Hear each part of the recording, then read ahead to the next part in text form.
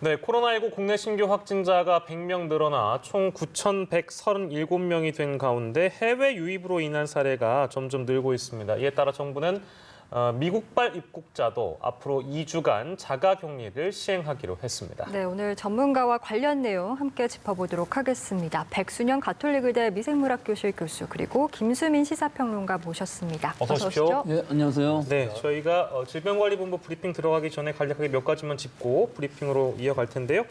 어제 확진자 다시 세 자릿수가 됐습니다. 물론 이제 좀 등락이 좀 있는 것 같아서 이거는 저희가 이제 매일 짚고 있습니다만 유사한 상황들이 반복되고 있어서 이 내용과 관련돼서는 짚지 않고요. 근데 이제 그 주목해야 되는 부분은 해외 유입 관련 사례가 많습니다. 이거 절반이잖아요.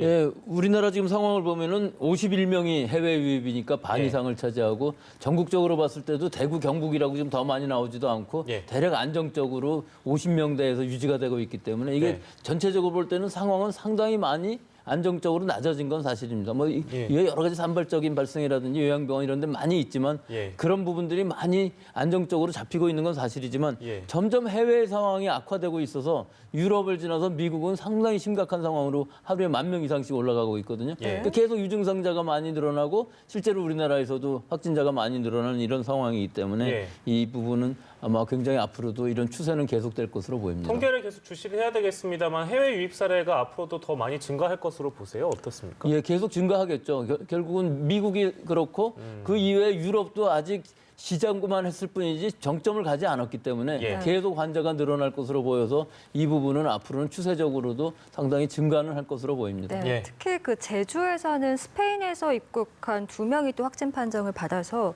그러니까 제주에서의 첫 어떤 해외 입국자 확진 아닙니까 이게? 그러니까 제주 같은 경우는 이게 섬으로 되어 있기 때문에 상당히 방역을 잘한다 할지라도 또 외부에서 들어오는 이 내국인들은 어떻게 막을 수는 없는 거 아니겠습니까? 그러니까 제주도에 들어온 내국인들, 우리 국민 중에서 해외에서 노출돼서 들어온 사람들이 생기기 때문에 결국은 환자가 자꾸 늘어나는 이런 상황이겠죠. 예, 뭐 미국 확진자 증가세 예사롭지 않다고 이제 백 교수께서 이미 짚어주셨는데 정부가 미국발 입국자도 2주간 자가격리를 이제 시행을 하기로 했습니다. 네. 유럽발 입국자랑 동일한 절차인 것인데 해외 유입 막는데 좀 충분한 조치가 될 수 있다고 평가하세요? 어떻습니까? 네, 일단은 이건 빨리 시행할 수밖에 없는 조치인 게 우리가 이제 후베이성에서 입국하는 사람들 입국 금지를 시킬 때에 그때 이제 확진자 수가 10만 명당 기준으로 했을 때 15명이었거든요. 예. 지금 미국이 14명까지 올라가는 그런 상태입니다. 네. 그러니까 그때의 대책을 있는 그대로 대입을 할 경우에는 미국발 입국 금지를 아예 시행을 해야 될 수도 있는 그런 상황까지 치달은 것이고 그리고 예. 이게 나흘 만에 네. 미국의 그 확진자 10만 명당 확진자 14명으로 늘어난 게 처음에 이게 한 3명이었다가 나흘 만에 늘어난 거거든요. 예. 이 추세를 봤을 때는 오히려 유럽보다 미국에 더 초점을 맞춰도 될 수도 있다라고 하는 것이 드러나는 거고 예. 향후에 이제 이게 사회 여론에서도 중요한 부분인데 뭐 특별한 대책 이상으로 입국 금지 얘기가 또 나올 수밖에 없을 것이다. 우리가 예. 중국발 입국 금지에 대해서도 굉장히 사회적 논란이 많았잖아요. 예, 잠시만요. 거기까지도 저희가 그 가능성을 얘기는 봐야 될 것 같습니다. 2주간 유럽에 이어서 미국발 들어오는 사람들에 대해서 14일간 자가격리를 시행한다. 충분한 조치가 될 수 있을지 김 평론가께서는 어떻게 좀 평가를 하시는지요?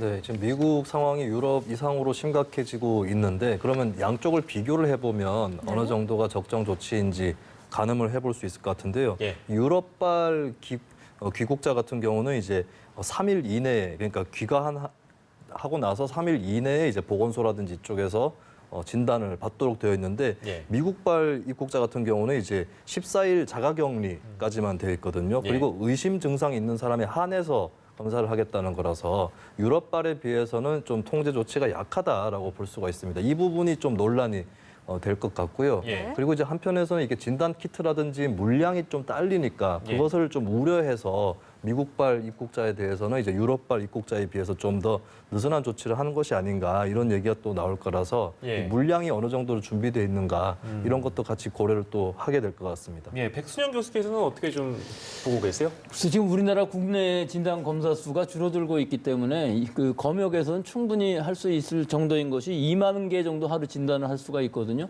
그리고 만약 이게 더 모자란다 그러면 더 승인을 내줄 수도 있어요. 지금 개발되어 있는 여러 회사들의 제품들이 있기 때문에 장비도 늘리고 이 키트도 늘릴 수가 있거든요. 또 예. 어떤 회사들에서는 그 장비 자체를 보급해주기 때문에 어느 정도 시간만 있다 그러면 이게 2만 건 이상 얼마든지 늘릴 수가 있어서 실제로 진단 검사는 더 많이 하는 것이 좋을 것으로 봅니다. 예, 예, 알겠습니다. 앞서 브리핑에서 기자들의 질문을 통해 나오기도 했지만 어젯밤 이제 트럼프 대통령이 문재인 대통령과의 통화에서 우리 측의 의료 장비 지원을 좀 요청을 했습니다. 그 관련해서 이제 앞서서 코로나19 진단 시약을 요청받은 것으로 확인됐다 뭐 이런 발표도 있었는데 이게 좀 상당히 이례적이라는 평가가 나오는 게 아무래도 미국에서 이렇게 우리한테 뭔가를 지원을 요청하는 게 사실 많이 없었던 거라서 좀 이런 이례적이라는 얘기가 나오고 있는데 그만큼 좀 미국의 상황 굉장히 심각하다라고 받아들여야겠죠. 이례적이죠. 미국은 세계적인 진단 회사들이 다 있는 데고 우리나라는 벤처기업들 몇 개에서 지금 만든 진단 키트거든요. 근데 그 지난 상황을 보면 알 수가 있어요. 우리나라에서 환자가 처음 나온 것이 1월 20일인데요. 네. 미국은 1월 21일이에요. 근데 우리는 31번 환자가 나올 때까지 계속 진단을 했고 그 이후에 뭐 900명이 넘어가도 계속 환자 수를 늘려가면서 진단을 했거든요. 예. 근데 미국의 트럼프 대통령은 이건 뭐 좀 독감에 불과하다고 그러고서는 안 했어요. 예. 그 골든 타임이 지나가면서 어떤 일이 생겼냐 하면은 미국의 진단이라는 것은 이 연방 정부라든지 관공서들에서만 할 수 있게끔 해놨기 때문에 굉장히 한계가 있었어요. 예. 그 다음에 민간 회사들한테 이제 가게 되면은 FDA 승인을 받아야 미국에서는 쓸 수가 있습니다. 예. 그 승인 받으면서 이 진단 키트를 만드는 것이 상당히 시간이 많이 걸려서 지금 갑자기 하루에 10,000명씩 늘어나게 되면 그 진단받은 키트 숫자가 모자라는 게 사실이죠. 그래서 우리나라에 이제 요청을 하게 된 것인데 사실은 우리나라에 있는 키트가 모두 다 미국에 사용될 수가 있는 것이 아니에요. 예. 미국에서는 FDA 승인을 받아야 되기 때문에 우리나라 키트 중에는 이제 한 군데에서 FDA 승인을 받았고 나머지 것들도 사실은 이게 FDA 승인 받는 데는 상당히 오랜 시간이 걸리는 건데 다 평가를 하고 민감도 뭐 전부 하거든요.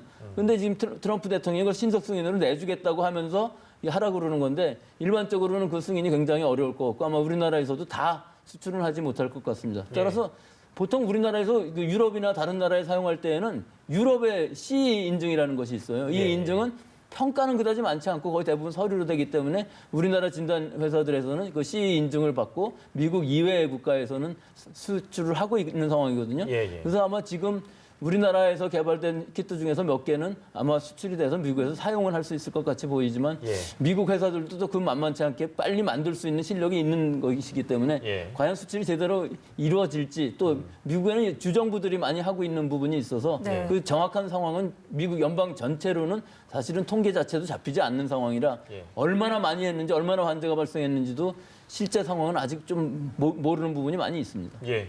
뭐 저희가 이 시간은 사실 이런 어떤 사안들을 정치적인 시각으로 바라보는 시간은 아닙니다만 미국 대통령이 우리 대통령, 그러니까 대한민국 대통령에게 지원을 요청한다, 뭐 도와달라라는 어떤 이런 장면이라는 게 아까 이례적이라는 얘기는 나왔습니다만 이게 뭐 처음인 일이다라는 뭐 평가도 있는 것 같기도 하고요. 그건 어떻게 봐야 될까요? 일단 이제 트럼프 대통령 입장에서는 코로나 자체가 정치적인 악재이고 특히나 이제 미국이 초반에는 좀 방심한 듯한 그런 태도를 취한 것도 사실이라서 네. 예. 악재가 이제 겹으로 닥쳐올 수 있는 그런 상황인데 한국이 좀 좋은 본보기가 되는 건 사실이에요. 그러니까 한국이 중국과 함께 처음부터 확진자 수가 크게 증가를 했던 나라인 동시에 예. 그 확진자 수를 이제 통제해 나가면서 사태를 수습해 나가는 것에서도 앞장서 있는 나라거든요. 네. 그렇다면 미국 입장에서 특히 한미 동맹도 있었고 한미 관계에서 한국이란 나라가 미국 입장에서도 뭐 어떤 다른 나라에 비해서 조금 더 친숙한 나라일 수 있는데 마침 우리가 알고 있는 그 나라인데 예. 저기도 봐라. 처음부터 굉장히 고생을 했는데 지금은 수습해가고 있지 않느냐. 고로 우리도 저렇게 할 수 있다라고 하는 것을 좀 트럼프 정부로서도 더 강조를 할 필요가 있을 것 같고요. 예. 그리고 미국이 지금 현재 이제 한미 관계가 그대로 드러나는 부분이 금융시장이라든지 이쪽 안정을 위해서 통화 스와프도 네. 체결을 맞습니다. 했고요.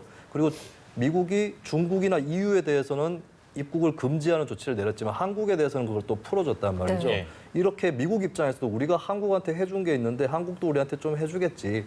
이런 기대를 또 자연스럽게 또 가질 수도 있는 것 같습니다. 예, 네. 예, 그렇군요. 그리고 또 최근 국방부가 중동, 아시아, 남미 등 4개국의 주한 외국 무관부로부터 한국군의 코로나19 대응 조치에 대한 자료 요청을 받았다고 밝혔습니다. 뭐 우리나라도 군 내부에서 감염이 일부 있었지만 이것이 이제 다소 크게 이렇게 확산되지 않았던 걸 좀 높게 평가한 것 같은데 실제로 좀 군대 내에서 코로나19 대응 네. 어떻게 좀 되고 있나요? 현재 성적표로 봤을 때 양호하다고 볼 수 있을 것 같아요. 지금 수십만 대군이다 이런 표현을 하는데 누적 확진자가 40명이 안 됩니다. 39명이고 이제 4명 정도 완치에 들어갔고 앞으로 완치자 수가 늘어나겠죠. 군대 입장에서는 할 수 있는 것들을 다 했다라고 봐야 될 것 같아요. 일단은 휴가, 외출, 외박 이 부분들을 다 전면적으로 통제를 했고요. 네. 그리고 부대 간의 어떤 출장이라든지 이런 것도 막았고 그다음 부대 내에서도 회식이라든지 이렇게 모일 수 있는 계기들을 많이 차단을 했습니다. 심지어는 보고를 할 때도 물론 가급적 대면 보고를 하지 않는 쪽으로 그렇게 가닥을 잡았는데 대면 보고를 하더라도 2m의 거리는 띄워라. 굉장히 디테일한 규정들까지 다 적용이 된 거거든요. 예. 이런 부분들을 이제 이건 뭐 상식적으로 원칙적으로 봤을 때 해야 되는 부분인데 이것을 이제 실질적으로 했느냐 아니냐의 차이가 있는 것이고 이제 한국군에서는 어느 정도 성과를 봤기 때문에 자연스럽게 이제 해외 군대에서도 자문 요청이 들어오는 것 같습니다. 예, 알겠습니다. 이 내용 저희가 짚어봤고 이거 저희 누차 좀 나왔던 질문이긴 한데 그래도 좀 걱정이 돼가지고 이 그 감염 후에 완치됐다가 다시 양성으로 네. 확진받는 사례들 이게 드문드문 나옵니다. 좀 잊을만 하면 또 나오고 해서 그러니까 이게 뒤따르는 걱정을 쉽게 얘기하면 코로나19 감염되고 나서 면역력이 생기더라도 다시 감염되는 거 아니냐 이제 이런 우려인데 백 교수님께서 설명해 주시면 좋을 것 같습니다. 예, 이거는 완치됐다고 보기보다는 완치돼 가는 과정 중에서 키트가 음성으로 잡았는데 예. 그 이후에 다시 양성으로 잡힌다 하는 이 상황이거든요. 예. 그러니까 얼마든지 있을 수는 있는 일인데 예. 결국은 이 키트라는 것이 얼마나 작은 수의 바이러스를 잡아낼 수 있느냐는 민감도의 차이들이 있어요. 우리나라에도 5개의 키트가 있고 또 사실 승인되지 않은 여러 개의 키트들이 있는데 각각 다 그 증폭하는 부분들이 다른 부분이 있고 민감도가 차이가 날 수 있거든요.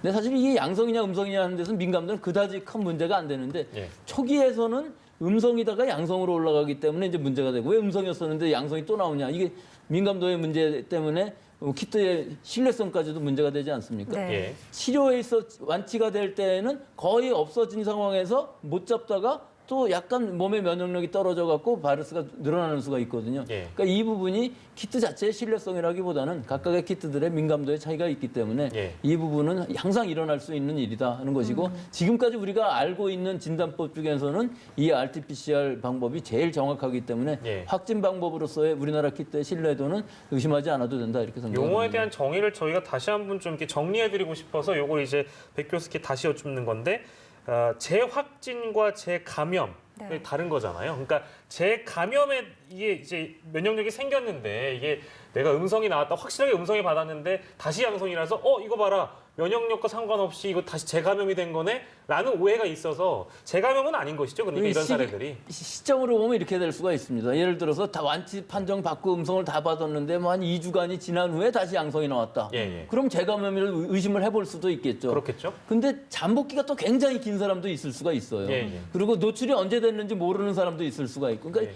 여러 가지 케이스가 있기 때문에 사실은 재감염이라는 의미는 바이러스 자체가 변이주가 생겨서 예. 우리는 항체 이 일구에 대한 바이러스에 대한 항체는 생겼는데 네. 또 다른 이상한 게 생겨서 20이라는 바이러스가 생겨서 재감염이 됐다. 이건 예. 굉장히 무서운 일이고 예. 사실은 그런 가짜 뉴스도 많이 있었어요. 예, 예. 유럽에 있는 바이러스들은 굉장히 독해서 뭐 L타입이라 우리나라에 들어오면은 4배 전파력이 있다. 뭐 이런 예. 얘기들은 아직까지는 검증된 것이 아닌 것이 예. 실제로 그 염기 서열을 다 밝히면은 알아낼 수는 있어요. 얼마나 바뀌었는지. 네. 예. 하지만 그게 전파력이 얼마나 강해졌냐 또는 새로운 바이러스냐 하는 것은 아직까지는 보고된 게 없기 때문에 예, 예. 그 부분은 재감염은 아니다 하고 말씀드릴 수는 있습니다. 네, 예. 알겠습니다. 코로나19의 사태 장기화가 되면서 서울시가 생계가 좀 힘들어진 시민들을 위해서 재난긴급생활비 지원 대책을 시행하기로 밝혔습니다. 골자는 이제 중위소득 100% 이하 가구에 30에서 50만 원 정도를 지급하겠다라는 건데 이 조치에 대해서는 좀 어떻게 보고 계세요? 네, 박원순 시장도 그렇고 여러 단체장들이 아예 재난 기본 소득을 시행해야 된다. 그러니까 모든 국민들한테 일정 액수를 줘야 된다라고 얘기를 해왔는데요. 근데 이것을 이제 중앙정부에서 아직 결정을 못 하고 있고 여러 가지 요인들이 있겠습니다. 중앙정부 입장에서는 총선 또 다가와 있는데 혹시나 뭐 역풍이 불지는 않을까부터 시작해서 기획재정부가 갖고 있는 재정 건전성에 대한 어떤 애착이랄까요? 네. 이런 부분들이 다 걸려 있는데. 이제 그렇다면 지자체 단체장 입장에서는 그럼 정부의 지원 없이 우리가 할 수 있는 것부터 해보자 이렇게 결심을 할 수가 있겠죠. 근데 네. 여기서 박원순 시장과 이재명 경기도지사의 선택이 갈라지는 것입니다. 그러니까 네. 우리나라의 국세 대 지방세 이 재정 구조를 봤을 때 8대 2라고 얘기할 정도로 이제 중앙 정부의 예산 여력이 크고 네. 지방자치단체는 그렇게 크지 않은 상황인데, 근데 박원순 시장 입장에서는 이제 어차피 지방자치단체에서 결정을 내리더라도 할 수 있는 액수는 한정돼 있고 이것을 모든 시민들에게 흐트러뜨려서 주게 되면 그게 효력이 그렇게 크지 않다라고 예. 판단을 한 것 같아요. 그러면서 이제 중위소득 기준으로 해서 그 이하 계층에게 조금 더 집중해서 선별적으로 지원하겠다라고 어떻게 보면은 그 우리나라의 지방 재정 구조에 맞춰서 생각을 한 셈이 되겠고요. 네. 예. 이재명 지사 같은 경우는 거꾸로 이제 그래도 일단은 풀어보자. 전 도민에게 10만 원씩 풀어보자 해서 이제 이건 뭐 소비 진작 효과라든지 그런 것들을 고려한 것인데, 정치적인 메시지라든가 선언은 후자 쪽이, 이재명 지사 쪽이 좀 더 강하다고 볼 수 있겠죠. 우리 이렇게라도 10만 원이라도 풀 테니까 빨리 중앙정부에서 결단해달라 이런 예. 부분인데, 저는 이제 굳이 정합성으로 따지면 박 시장 쪽 선택이 더 맞지 않는가 예. 그렇게 보여지는데, 역시 또 정치적 효과는 이재명 지사 쪽이 더 강할 수도 있겠다 이렇게 봅니다. 아무래도 이제 그 얘기가 나오면서 그러니까 멀쩡하고 건강한 돈 많은 부자까지 굳이 이제 10만 원이라는, 뭐 물론 현금은 아닙니다만 네. 그걸 줄 필요가 있느냐라는 뭐 지적이 당연히 나오고, 뭐 그런 얘기는 이제 갑론을박이 많이 되니까요. 그거는 뭐 어떻게 좀 볼 수 있을까요? 짧게 보신다면? 거기에 대해서 뭐 예를 들면 박 시장이랑 이 지사가 입장이 다를 것 같진 않아요. 예. 그러니까 부자한테도 줘야 된다고 생각을 할 수 있는데, 문제는 이제 대신에 조세를 통해서 선별적으로 해줘야 된다라는 의견이 있습니다. 복지를 보편적으로 할 거면 조세할 때에 증세도 하고 부자에게 더 걷어야 된다. 근데 그것을 할 수 있는 것도 사실 지방자치단체는 조세의 권한이 크지 않거든요. 예. 그럼 중앙정부가 결정을 해줘야 되는 거고, 예. 경남도의 김경수 지사가 제안을 했듯이 일단 기본소득을 지불을 하고 그다음에 이제 나중에 좀 여력이 있고 어차피 예. 받을 필요가 없었던 사람들을 통해서 예. 조세를 따로 특별히 해주는 것이 가장 합리적이겠죠. 아. 기본소득을 한다고 친다면. 그런 방법도 있겠네요. 예, 근데 이제 경기도는 어쨌든 간에 일단 하겠다는 네. 거였고, 서울시는 그 조세 권한이 우리한테 있는 것도 아니니 예. 할 수 있는 여력 한도에서 선별적으로 하겠다 이렇게 결정했다고 보실 수 있겠습니다. 조금 차이가 있습니다만 지자체별로 이제 그런 어떤 정책을 내세운 데 있어서 이게 뭔가 이제 국민들께서 보시기에는 모르겠습니다. 이제 뭐 선거 기간도 다가오고 뭐 그러다 네. 보니까 이제 뭐 지자체별로 대권 주자 입지를 갖추려고 네. 서로 경쟁하는 게 아니냐, 뭐 이제 이런 의견들까지 나오고 있는데, 아무튼 지자체장들은 시급성에 대한 얘기를 가장 많이 하는 것 같더라고요. 그 부분을 저희가 좀 짚어보고, 자, 저희가 주제를 넘겨서 국제 시간으로 네. 넘어가도록 하겠습니다. 자, 스위스 상황 알아봤는데 백 교수께서 어떻게 들으셨는지 궁금한데요. 뭐 인구가 좀 상대적으로 적은 나라이기도 하고 국민들 정서가 또 여유롭다고 하니, 근데 상황이 좀 심상치가 않은 상황이라서 앞으로 이 전망을 좀 어떻게 하시는지요? 이 객관적인 나라의 병상수라든지 인구를 비교해 보면요. 예. 인구가 865만이라 우리나라의 6분의 1입니다. 예. 근데 1000명당 병상수는 4.5개로 OECD 거의 평균에 달해요. 예. 근데 이탈리아의 경우 3.2개로 굉장히 좀 적었거든요. 예. 네. 근데 우리나라는 거의 비슷하게 8,836명이 발생하고 122명이 사망을 해서 치사율은 우리랑 거의 비슷하지만 실제 발생률을 보면 우리가 인구가 6배가 많기 때문에 6배 많이 발생했다고 볼 수가 있는 것이죠. 예, 예. 더구나 위험한 것은 최근에 와서 어제만 해도 776명이 한꺼번에 발생했다고 그러거든요. 네. 우리나라는 100명이 발생하는데 776명이 발생하고 사망자가 급격히 늘어나게 되면은 이게 의료 공백이 일어날 수 있는 확률이 굉장히 높아지기 때문에 네. 예. 상당히 지금 상황으로서는 최악의 상황으로 가고 있는 것이 이탈리아, 프랑스와 아주 국경이 마주다 네. 있고 계속 그렇다니까요. 교류가 네. 되고 있기 때문에 예. 같이 갈 수밖에 없는 상황입니다. 이 상황은. 예. 더구나 이 마스크를 안 쓰는 문화라든지 볼키스를 한다든지 이런 것 때문에 실제로 지금 거의 이탈리아도 정점에서 더 이상 가까웠지는 않지만 이 숫자가 너무나 위험한 숫자이기 때문에 예. 과연 병상을 잘 유지를 할 수 있느냐, 즉 경증, 중증 이걸 잘 나눠서 우리처럼 이렇게 시설 같은데 혹은 자가격리를 해서 예. 중환자가 나왔을 때 입원을 할 수 있는 상황만 만들어준다면은 네. 치사율을 떨어뜨릴 수 있는데 예. 아직까지는 상당히 치사율은 낮지만 지금 상황이 너무 악화되고 많은 사람들이 발생하고 있어서 좀 우려가 되는 바입니다. 네, 예. 스위스도 상황이 심각하다. 스위스까지 저희가 짚어봤고, 마지막으로 또 도쿄올림픽 얘기를 해봐야 네. 될 것 같습니다. 결국에 도쿄올림픽 1년 뒤로 연기가 됐습니다.